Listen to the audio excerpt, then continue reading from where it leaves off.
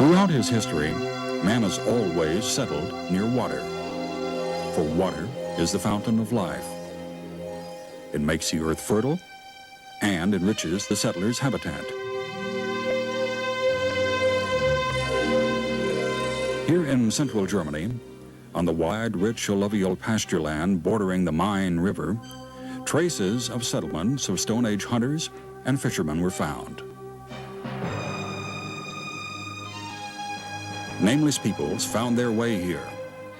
Later, they were followed by Celts, Alemanni, and Romans. All of them recognized the geographical advantages. From here, one could travel both by water and overland for the migrations of the peoples, as well as for trade caravans. And at one point on the Main, there was a ford where horsemen and wagon drivers could cross the river. Before long, people of various origins began to congregate at this crossing of the ways. Goods and wares were bartered, and there was a constant coming and going, but also a desire to settle. And out of the settlement, a city grew up.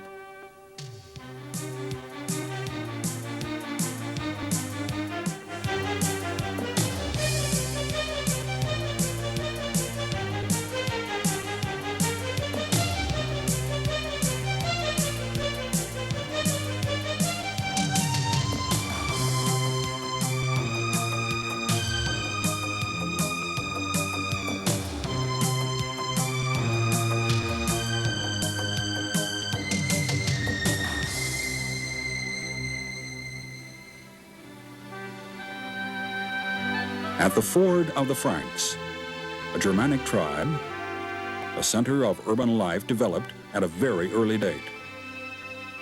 The eventful history of the city of Frankfurt begins in the year 794. At that time, it was the center of the Frankish Empire.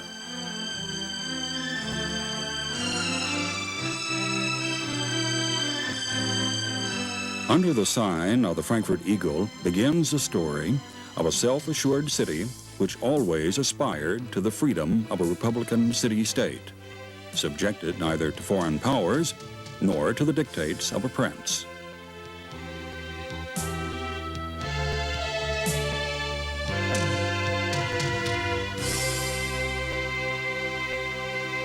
On the balcony of the Römer, Frankfurt City Hall since 1405, citizens' coat of arms bear witness to the pride of this community, which has at all times preserved its love of liberty and tolerance. And to this very day, Frankfurt citizens have preserved their traditional interest in trade and commerce. Ever since Emperor Frederick II placed all travelers to Frankfurt's autumn fair under his personal protection in 1240, trade fairs have flourished here. In the linen house on the Weckmarkt, the articles woven and spun in the outlying villages were offered for sale. Cloth and linen, yarn, flax, and hemp.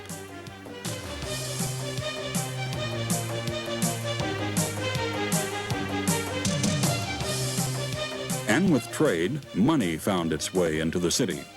And with money, the money business. Frankfurt citizens had long since been entitled to mint their own coins and to deal in bills of exchange. Before long, Frankfurt became an international banking and exchange center.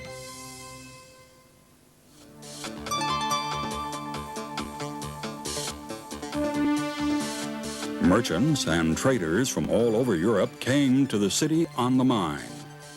Frankfurt developed cosmopolitan flair, open to the world and hospitable to all.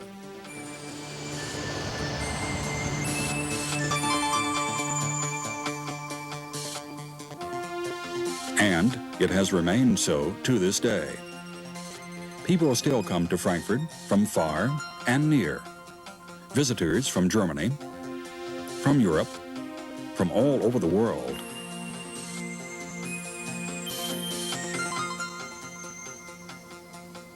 enjoying the comfort and the facilities of top-class international hotels.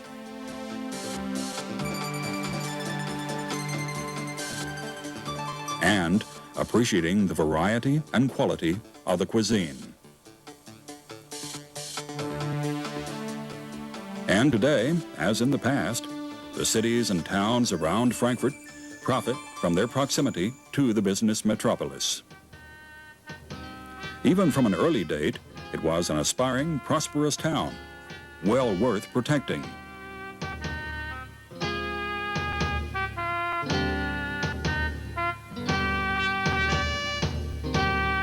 In those days, the little village of Sachsenhausen on the south bank of the Main served as a bridgehead, helping to ensure Frankfurt's safety. The southern approach to the city was protected by well-fortified walls and towers. In Sachsenhausen, there were countless inns and taverns where visitors from foreign parts stopped to slake their thirst and satisfy their hunger. Today, Frankfurt's famous cider specialty, Ebelwein, is still enjoyed by Frankfurters and visitors alike. Cheers.